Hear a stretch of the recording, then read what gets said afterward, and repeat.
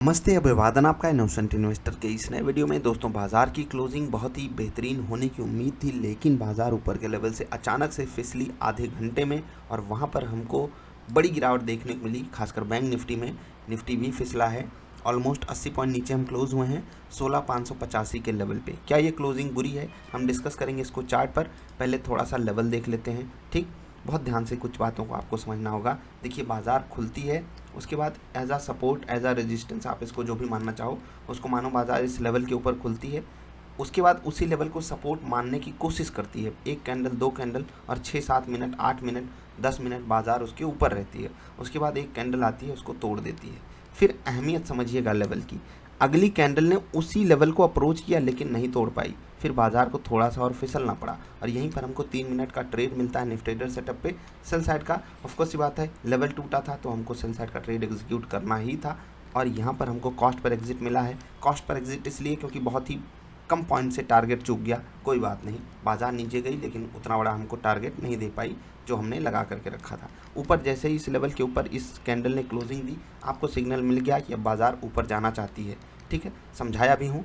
Nifty trader setup का update I hope आप सभी को मिल गया होगा। वहाँ पर जो आपसे बैक टेस्टेड डेटा मांगा गया है ज़रूर शेयर कीजिएगा उसको। ठीक है, अब देखिए, यहाँ पर कैंडल ने लेवल को तोड़ा, इस लेवल को तोड़ा, उसके ऊपर आप यहाँ पर ट्रेड एग्जीक्यूट कर सकते थे, आराम से पॉजिटिव साइड का ट्रेड एग्जीक्यूट कर सकते थे। और 10 मिनट की कैंडल पे आपको पॉजिटिव साइड का ट्रेड भी मिला है।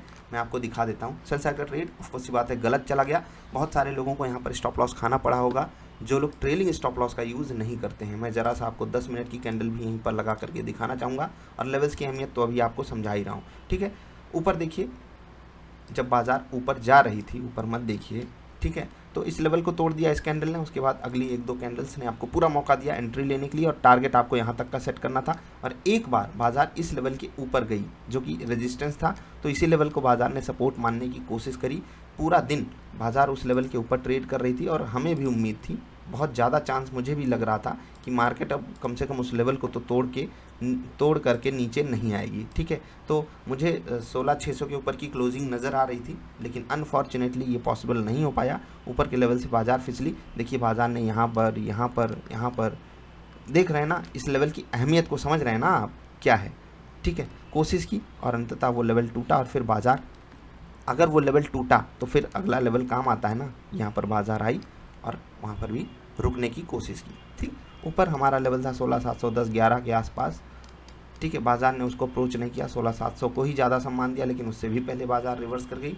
तो यहाँ पर कुछ खास ट्रेड आप ले भी नहीं पाते। हाँ, पॉजिटिव साइड का ट्रेड आपको यहाँ पर ज़रूर मिलता और उसमें आपको टारगेट मिलने के चांसेस काफ़ी हाई थे।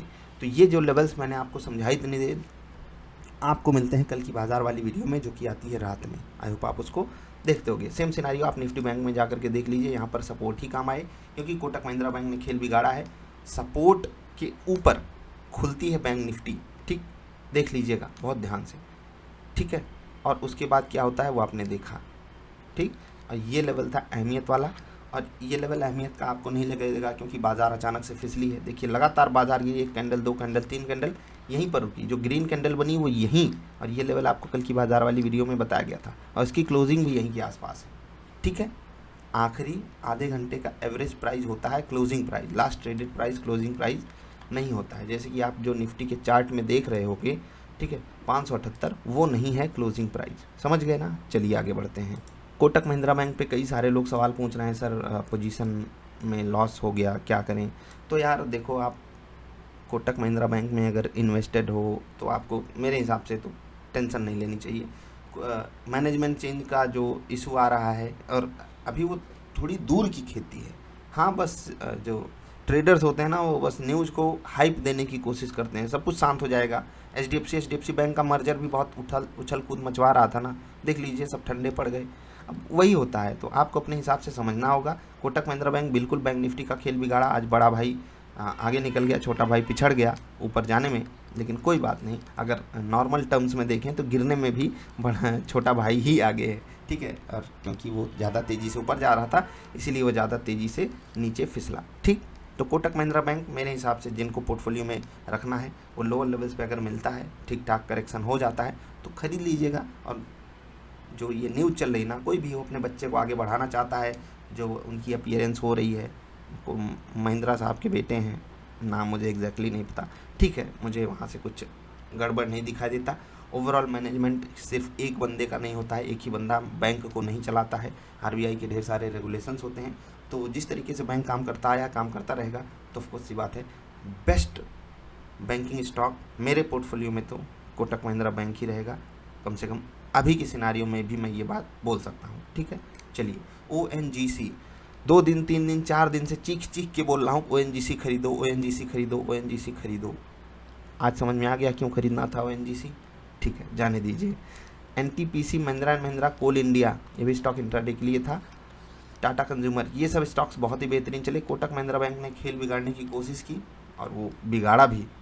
देखिए यही होता है, हैवी वेट जब गिरते हैं तो यही गड़बड़ करते हैं। रिलायंस हो गया, HDFC हो गया, HDFC बैंक हो गया, कोटक महिंद्रा बैंक हो गया, ये सब गिरे और पूरे इंडेक्स को इन्होंने तोड़ा है। अदरवाइज इंडेक्स में उतना पेन नहीं है जितना हमको दिखाई दे रहा है। निफ्टी नेक्स्ट 50 में ऐसे कुछ खास हैवी वेट थे नहीं जो तोड़ रहे हों। अदानी ग्रीन बिल्कुल यहाँ 15% टूटा है, लेकिन उसका वेटेज ही क्या है, कुछ नहीं। अदानी ट्रांसमिशन, अदानी ग्रुप आज बढ़िया झटका खाया है। गोदरेज कंज्यूमर प्रोडक्ट भी 3-4% टूटा है, क्या कहें। अदानी ग्रीन 15% गिर जाएगा, गिरना चाहिए ना, भागता भी है तो गिरना भी तो चाहिए। चलिए मिड कैप की बात कर लेते हैं। सवाल वहाँ पर भी आया इसलिए मैंने बोला कि बहुत सारे लोग बोले कि अदानी ग्रीन क्यों गिर गया। अरे मुझे नहीं पता यार, वो ऊपर क्यों जा रहा है मुझे ये भी नहीं पता, तो क्यों गिर गया ये भी नहीं पता, कुछ हो गया होगा हो अल्लाह, समझ रहे हैं ना मैं क्या कह रहा हूँ। चलिए जाने दीजिए।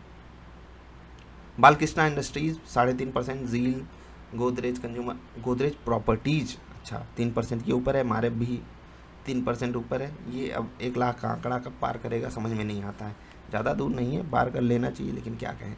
भारत फोर्ज 2.5% ऊपर, AU स्मॉल फाइनेंस बैंक गिर गया 3%, LTTS 2.5%, कॉनकॉर हिंद पेट्रो 2%, वोल्टास फिर गिरा 1.5%। चलिए बैंक निफ्टी की बात नहीं करेंगे क्योंकि यहाँ पर एक भी स्टॉक पॉजिटिव नहीं मिला, तकलीफ तो है। Kotak Mahindra bank 3.5%, AU small finance 3%, federal bank 2%, state bank 1.5%, bank of Baroda 1.25%, ठीक है।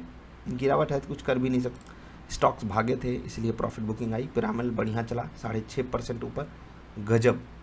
पिरामल का रिजल्ट डिकोड करने की कोशिश किया कीजिए। SBI लाइफ भी 2% ऊपर है। HDFC AMC फिर से 1.25% मजबूत, लगातार तेजी, धूम धड़ाके वाली क्वालिटी स्टॉक है, पोर्टफोलियो वाला, मज़ेदार है, मस्त चल रहा है, चलने दीजिए। ओवरऑल दिन मेरे हिसाब से बुरा तो नहीं था, ना ही क्लोजिंग बुरी हो गई है। कुछ लोग घबरा रहे होंगे, नहीं यार 16,500 के ऊपर हम मजबूत हैं, इवन 16,400 के ऊपर मजबूत है। टेक्निकली अमेरिका वाले छुट्टी है समझ लीजिए, तो वहाँ से हम छुट्टी जैसा संकेत मान करके आखिरी घंटे में गिर गए, कोई बात नहीं। आखिरी घंटे में गिरने का कारण क्या है, कोशिश करेंगे रात वाली वीडियो में डिकोड करने की। बाकी अगर आप सिर्फ अपने लेवल्स को सम्मान दोगे, वो जो कहेंगे वो करोगे, तो आपको आज भी तकलीफ़ नहीं हुई होगी। हाँ, आज मैं थोड़ा सा बिजी था तो लेवल्स पे ट्रेड नहीं कर पाया। निफ्टी ट्रेडर सेटअप के ट्रेड के बाद मैंने कोई भी ट्रेड एग्जीक्यूट नहीं किया, इसीलिए कोई भी ट्रेड आपसे शेयर भी नहीं किया। कोई सवाल सुझाव हो तो बताइएगा, व्हाट्सएप नंबर है 9452883011, भेजिएगा सवाल और हम मिलेंगे आपसे ढेर सारी अच्छी वाली वीडियोज़ में। पसंद आई वीडियो तो लाइक कर देना, नहीं पसंद आई तो 2 बार डिसलाइक कर देना। जल्दी मिलेंगे, नमस्कार।